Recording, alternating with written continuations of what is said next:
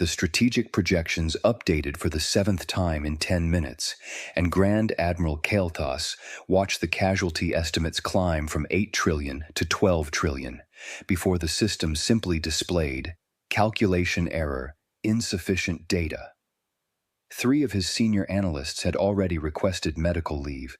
The conference room at the Galactic Military Academy had never been this quiet, this tense, not even during the Vexthul incursion that had claimed 4-star systems. "Someone explained to me," Kael'thas said slowly, his 3 primary eyes fixed on the tactical display, "how a single human merchant, one individual civilian, responding to what she described as a minor inconvenience, resulted in 3 moons becoming uninhabitable and a trade station experiencing catastrophic systems failure." The human janitor mopping near the back corner of the room paused, glanced at the display with casual interest, and made a small sound that might have been amusement. According to YouTube analytics, 99.6% of viewers are not subscribed. That's a huge number. By subscribing the channel that is completely free, you'll help support the channel and never miss fresh content. "Your math's way off," she said conversationally, wringing out her mop into the bucket. "If we're talking actual human anger, like real anger, everyone dies. Not 12 trillion. Everyone, every single person in the galaxy." The entire room, containing the top military minds of 47 species, turned to stare at her in complete silence. "Everyone?" Director Zara repeated, her head tendrils going rigid with confusion and barely suppressed fear. "But the incident with Merchant Sarah was catastrophic. The energy readings alone." "Sarah wasn't angry," the janitor interrupted, pushing her cleaning cart toward a different section of floor with the casual ease of someone who'd done this 1,000 times. Her name tag read Emma Johnson in both Standard and English. She'd been cleaning academy facilities for 2 years, always pleasant, always professional. She was irritated, maybe slightly annoyed, mildly inconvenienced, definitely not angry. Kael'thas felt his secondary heart skip a beat, and his tertiary heart began racing to compensate. The incident that rendered 3 moons uninhabitable, collapsed a trade station's infrastructure, and caused localized gravitational anomalies was caused by a human who was slightly annoyed. "Well, yeah." Emma squeezed cleaning solution onto the floor, the sharp scent of industrial cleaner filling the air. "I mean, they did lose her entire shipment of coffee beans, like 3 months' worth, and then tried to charge her a late delivery fee plus storage costs. That's annoying. That's inconvenient. But she wasn't actually mad about it." She paused, considering thoughtfully. Pretty sure she was already having a decent day too. Morning person, that one. If it had been evening, or if she'd already been having a bad day, might have been worse. The silence in the room had a quality of existential dread that Kael'thas had only experienced once before, when his homeworld sun had briefly flickered during a stellar anomaly. "Explain," Zara said very quietly, her voice controlled in the way of someone trying desperately not to panic. "The precise difference between annoyed and angry in human terms, with specific examples and measurable criteria." Emma straightened up, leaning on her mop handle and looking genuinely pleased to be asked. Humans always seemed eager to explain things, he'd noticed. It was one of their more endearing qualities. "Okay, so humans have this whole emotional spectrum, right? Most of the time, like 90% of every single day, we're just cruising along at I don't know, a 2 out of 10. That's baseline. That's neutral. A little traffic on your commute, someone's rude to you at the store, you burn your toast, your Wi-Fi's slow. That's a 3, maybe a 4 on a bad day. You swear a bit, maybe you need a minute to yourself, take some deep breaths, but you move on. Life continues." "And the Sarah incident?" Kael'thas asked, his voice barely above a whisper. Around the table, various species were taking notes with increasing urgency. The Vexthul representative was recording everything. 3.5, maybe a 4 if she was already stressed. Emma shrugged casually. She was inconvenienced, disrespected, and financially penalized for someone else's mistake. That's irritating. So she filed a formal complaint, made her displeasure known through proper channels, maybe raised her voice a bit, and left to file paperwork elsewhere. Standard stuff. She probably forgot about it by dinner. One of the analysts, a young Zillion who'd graduated top of his class, actually whimpered and put his head down on the table. "What?" Zara asked with the careful precision of someone defusing an antimatter bomb. "Happens at a 10. What does level 10 human anger look like?" Emma's expression grew distant, almost haunted. "Oh, honey, you don't want to know. We don't want to know. Humans spend a lot of time, energy, and resources making sure we never get there." She resumed mopping, the rhythmic swish of water almost meditative. "There's a reason we have about 1,000 different phrases for anger management. Deep breaths, count to 10, walk it off, sleep on it, take 5, cool down period, time out, step back, chill out, calm down, decompress, give it a rest. We've got entire industries built around not losing our shit. Therapy, meditation, anger management classes, stress relief products, punching bags, rage rooms. We invented rooms specifically for being angry in safely.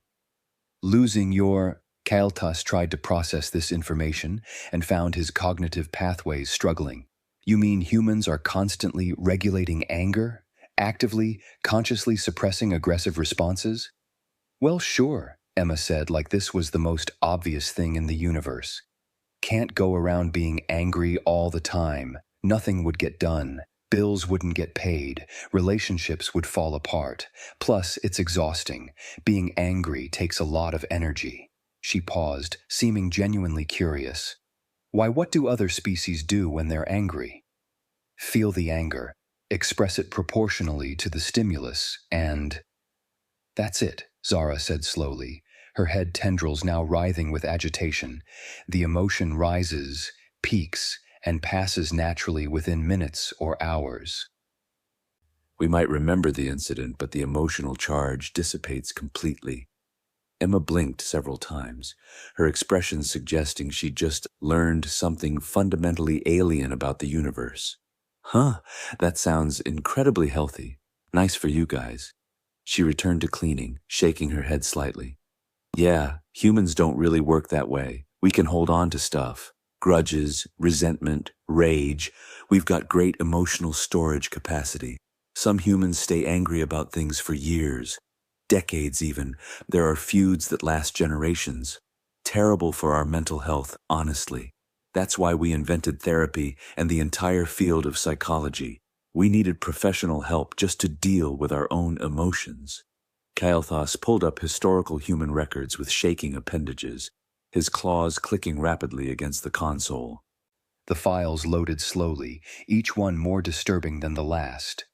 These human conflicts, World War I, World War II, the Mongol conquests, the Crusades, the 100 Years' War, these were humans fighting humans, yeah, Emma confirmed cheerfully. While holding back, mostly. Geneva Conventions and all that, rules of war. We literally had to make international rules about what counts as too angry even during active warfare. She caught his expression and her own face softened sympathetically. "Oh, don't look like that. We're much better about it now. We learned. Therapy, conflict resolution, meditation, deep breathing exercises, international courts. Very progressive. Haven't had a proper world war in decades." "You were restraining yourselves," Zara said faintly, her skin shifting to a pale shade that indicated shock in her species. "During conflicts that killed millions of your own kind. Billions, actually, if you count all the wars throughout human history," Emma corrected matter-of-factly. "But yeah, rules of engagement. Can't torture prisoners, can't use certain weapons, can't deliberately target civilian populations, can't use chemical or biological weapons, can't destroy cultural heritage sites. Well, you're not supposed to. Some folks broke the rules, which is why we had war crime trials afterward. Nuremberg, The Hague, all that." She noticed their expressions of abject horror. What? You guys don't have combat regulations? No rules about warfare? Our wars end when one side can no longer fight, Kael'thas said numbly, his voice hollow. Usually within days, occasionally weeks. We've never restrained ourselves during active combat. Why would we? The point is to win quickly and minimize total casualties through swift victory. So you don't do something you'll regret later? Emma offered, as if this were self-evident.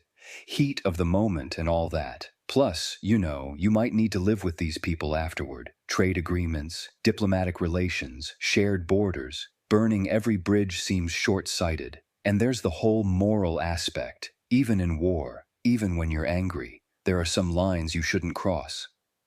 An emergency alert chimed. 3 more analysts requested immediate psychological evaluation. 2 more requested transfer to non-human contact positions. I need to understand something fundamental, Kael'thas said slowly, each word carefully measured.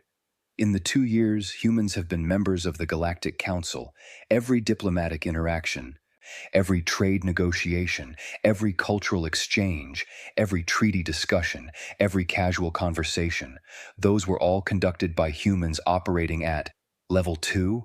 Is that correct? Give or take, yeah. Emma moved to clean around the conference table, efficiently wiping down surfaces. Some days are better than others. Mondays are rough. Everyone's grumpy on Mondays after the weekend. Oh, and before coffee. Do not talk to humans before coffee if you can help it. That's just good life policy. We're not dangerous or anything, just unpleasant, short-tempered. The implications. Zara's head tendrils were writhing now in a pattern that indicated severe distress in her species. Every species in the galaxy has been interacting with humanity in their calmest, most emotionally regulated state. We've never seen actual human anger. Not once. I mean, we try to be professional in diplomatic settings, Emma said earnestly. Would be rude otherwise. You guys have been pretty nice, honestly. Polite, fair trade terms, respectful cultural exchanges haven't given us much reason to be upset. The council's been great. What? Kael'thas asked, dreading the answer with every fiber of his being. Gives humans reason to be upset. Truly, genuinely upset? What triggers high-level human anger? Emma paused in her cleaning, her expression becoming serious as she considered the question carefully. Genuine cruelty, I guess, deliberate harm, hurting kids, that's a big one. Huge. Slavery, genocide, injustice, especially the preventable kind. Betrayal, particularly from someone you trusted, someone hurting your family or threatening your children. She shrugged. The usual stuff. Oh, and people being mean to service workers. That's a personal thing, but it really grinds my gears. We're just trying to do our jobs, So large-scale atrocities and minor social rudeness both anger humans? Zara asked, her bewilderment evident. At the same emotional level? Different levels of anger, same basic trigger, Emma clarified patiently. Being rude to a waiter might make me a 5. Annoyed enough to remember it, maybe not tip well, definitely judge you as a person. Genocide would make most humans a 9 or 10. That's fight to the death territory. But they're both on the same spectrum of things humans think are wrong. We have strong opinions about right and wrong. Comes with the consciousness, I guess. Kael'thas pulled up recent diplomatic files, his hands trembling so badly he could barely operate the controls. When the Vexthul delegation made what we considered aggressive territorial demands 3 months ago, and Ambassador Chen smiled and said she'd need to consult with her superiors before responding. Emma finished, nodding knowingly. Yeah, she was annoyed, maybe a 5, but she was professional about it, didn't let it show much, kept her cool, followed protocol. That's what you're supposed to do in diplomatic situations. A 5, Kael'thas repeated, his voice hollow with dawning horror. What would a 6 look like in practical terms? Short responses. Clipped tone, obviously forced politeness, maybe some sarcasm depending on the human. Emma thought about it, clearly trying to be helpful. Passive aggression, that's a big human thing. We're really good at it. We'll agree to help you move apartments, show up exactly on time with a truck, do the whole job properly without complaining, and somehow communicate through our perfect politeness that we're extremely displeased with you. It's an art form, honestly. Some humans spend decades perfecting passive aggression. And 7? Raised voices, actual arguments, saying what you really think. Still mostly under control, though. You definitely know it was happening. Doors might get slammed. Items might be moved with unnecessary force. We might stop pretending to be pleasant.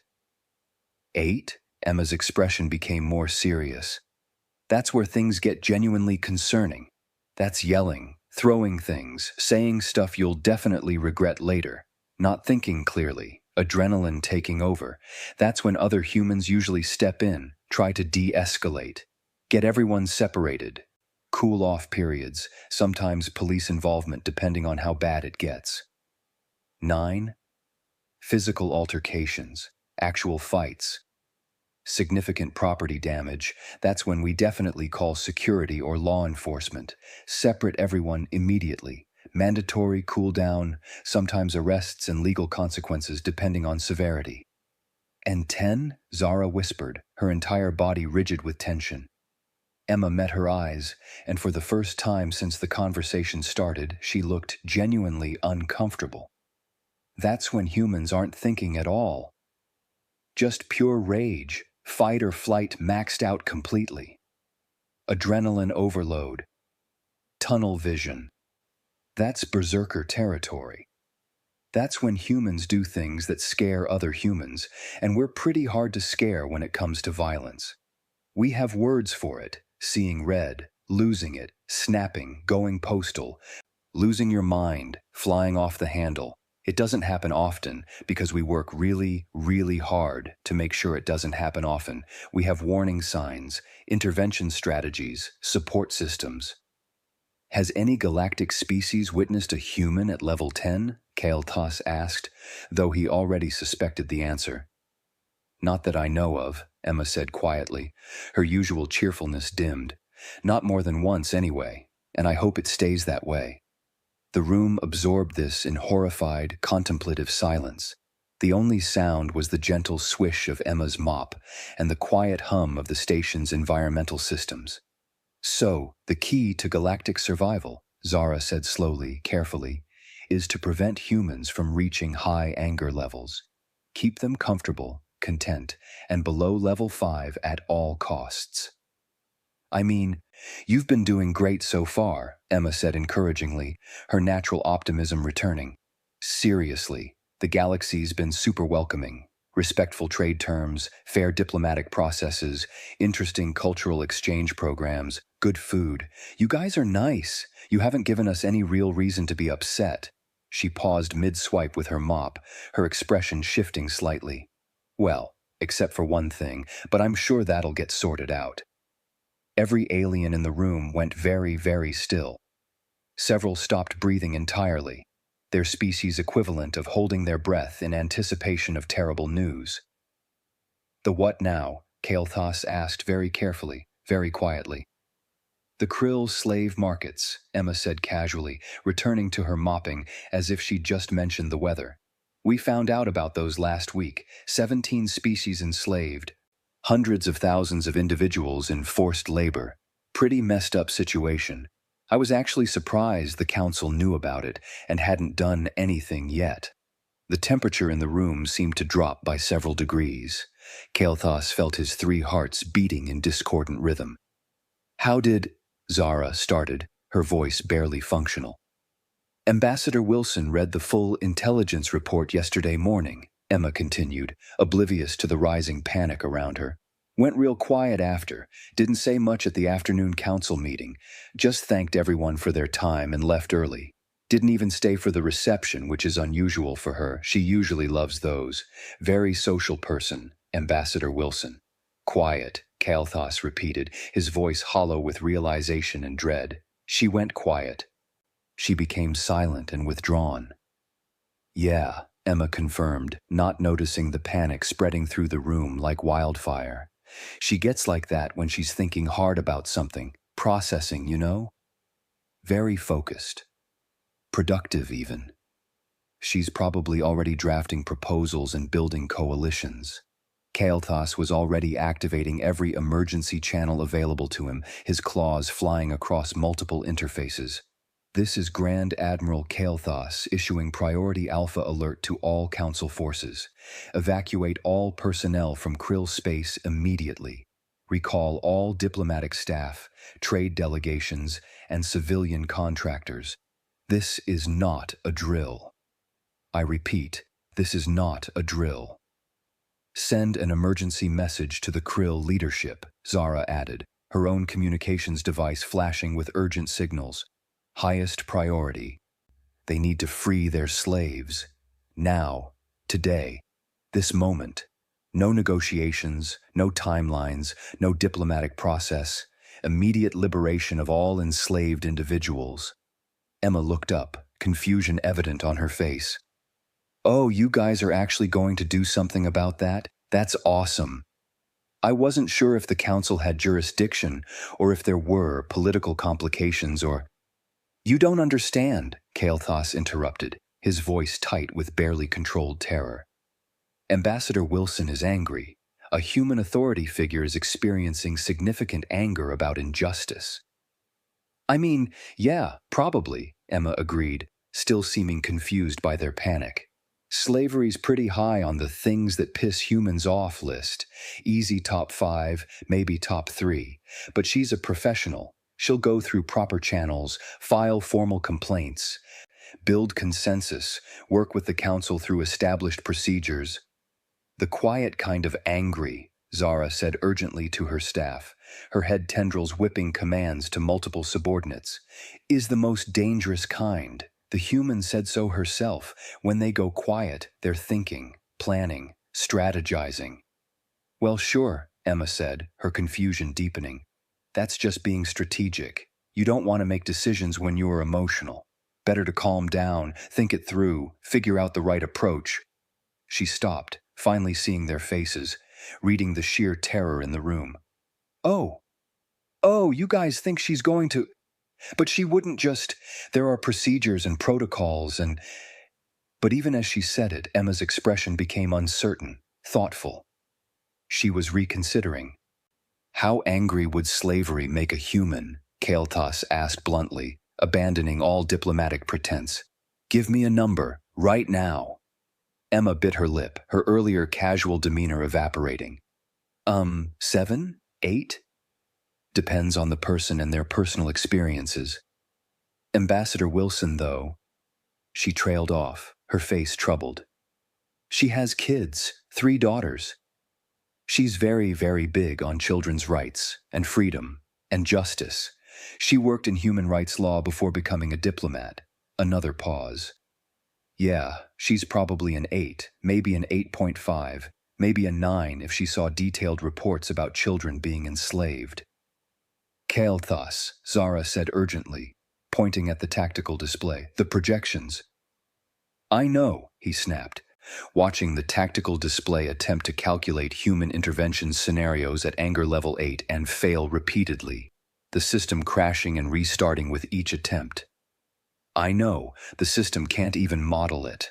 3 days later, the Krill Empire freed every single slave in their territory, paid massive reparations to all affected species and individuals, publicly disbanded their entire military structure, submitted to complete council oversight and monitoring, and requested immediate implementation of democratic reforms with external supervision. They did this without a single shot being fired, without a single human military ship entering their space, without even a formal ultimatum being issued by any human authority. All Ambassador Wilson had done was deliver a speech to the Galactic Council, a brief, quiet, carefully worded speech expressing her profound disappointment in discovering such practices existed within council-aware space. She used phrases like deeply troubling findings and concerning patterns of behavior, and sincere hope for immediate and comprehensive rectification. She never raised her voice above conversational volume, She never made explicit threats. She never even implied military action. She simply explained, in calm, measured, detailed terms, why slavery was categorically unacceptable and why the council needed to address it immediately through concrete action. The Krill leadership watched the recording once, just once, and began the complete liberation process within the hour. They were falling over themselves to comply. When asked by confused council members why they'd capitulated so quickly and thoroughly, the Krill ambassador, looking genuinely shaken and pale, simply said, "We saw her eyes. We saw what was behind her eyes. We saw what she wasn't saying." The Galactic Military Academy implemented sweeping new protocols within the week. The Human Emotional Awareness Program became mandatory for all diplomatic staff, military personnel, and trade representatives. A formal classification system was established and distributed to all member species. Never allow human annoyance to exceed level 4. Immediate diplomatic intervention required for any situation approaching level 5. Level 6 triggered automatic emergency council notification. Level 7 activated full crisis protocols with military readiness. No one wanted to discover what Level 8 actually looked like in practice. They'd gotten close enough to know it would be civilization ending. Emma finished her shift at the academy, clocking out at her usual time with her usual cheerfulness. She mentioned casually to her supervisor that she was really excited about the weekend. Her sister Jennifer was visiting from Earth, and she hadn't seen her in 6 months. She missed her sister terribly. Within an hour, Emma received an official message offering her 2 weeks of paid vacation time, despite having only requested a single day off.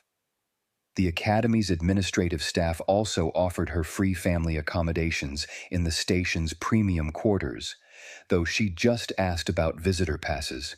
Someone from transportation sent her priority shuttle vouchers. The commissary delivered a gift basket of Earth foods to her quarters. Her supervisor personally ensured her entire schedule was cleared.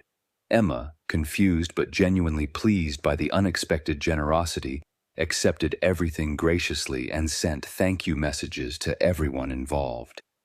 After she left for the day, the administrative office filed an urgent report to Central Command. Human employee expressed emotional need for family connection and indicated feelings of loneliness. Immediate comprehensive accommodation provided to prevent escalation of dissatisfaction. Recommend monitoring for signs of homesickness or isolation in all human personnel. Grand Admiral Kael'thas personally reviewed the report and added it to a rapidly growing file labeled Human Satisfaction Monitoring, Critical Priority. The file already contained hundreds of entries from across council space.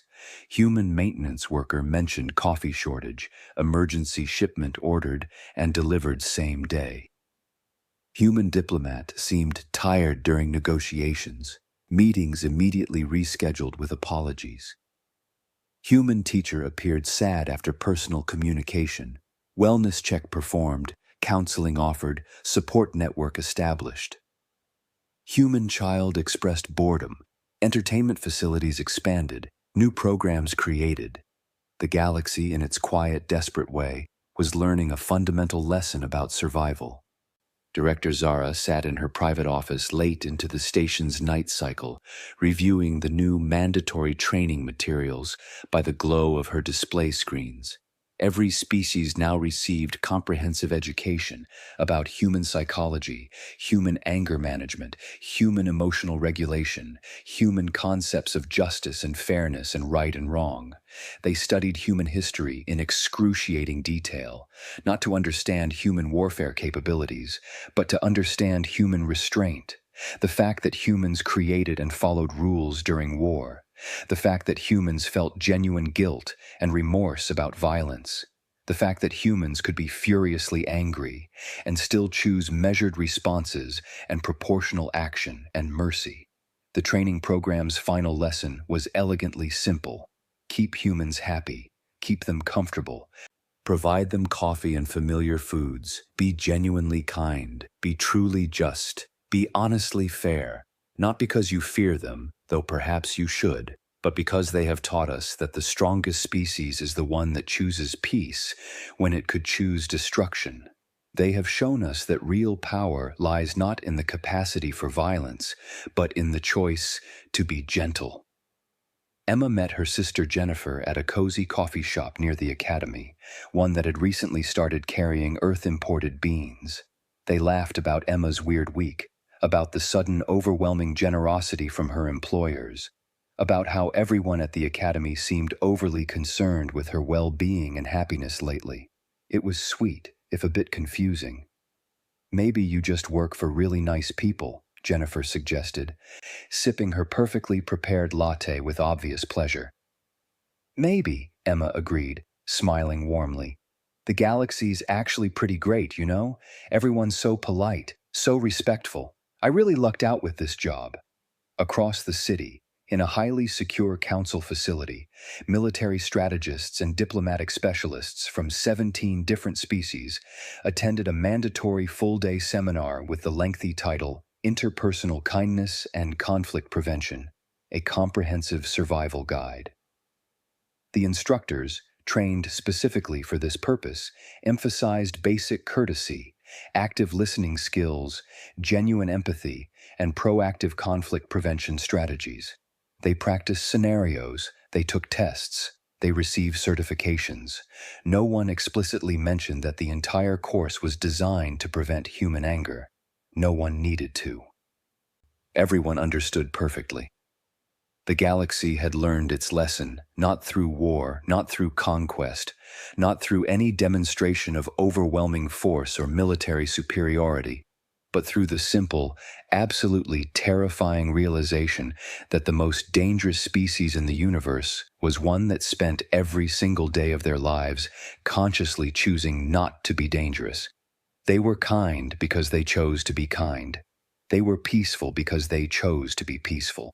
They were gentle because they chose to be gentle, and that choice could be revoked at any moment. Emma finished her coffee, hugged her sister goodbye with obvious affection, and headed back to her modest quarters, humming a cheerful Earth song under her breath. Behind her, invisible and unacknowledged, the galaxy collectively exhaled in profound relief and silently promised itself, never again. Never give humans a reason. Keep them happy. Keep them safe. Keep them comfortable. Keep them calm. Keep them content. Because the alternative wasn't war. The alternative wasn't even conquest. The alternative was simply the end of everything that existed. And they'd learned that fundamental truth from a janitor with a mop and an honest answer to a simple question. The Academy asked which humans were trained for combat. She'd whispered that they should pray none were ever truly angry, and the galaxy finally understood what she meant.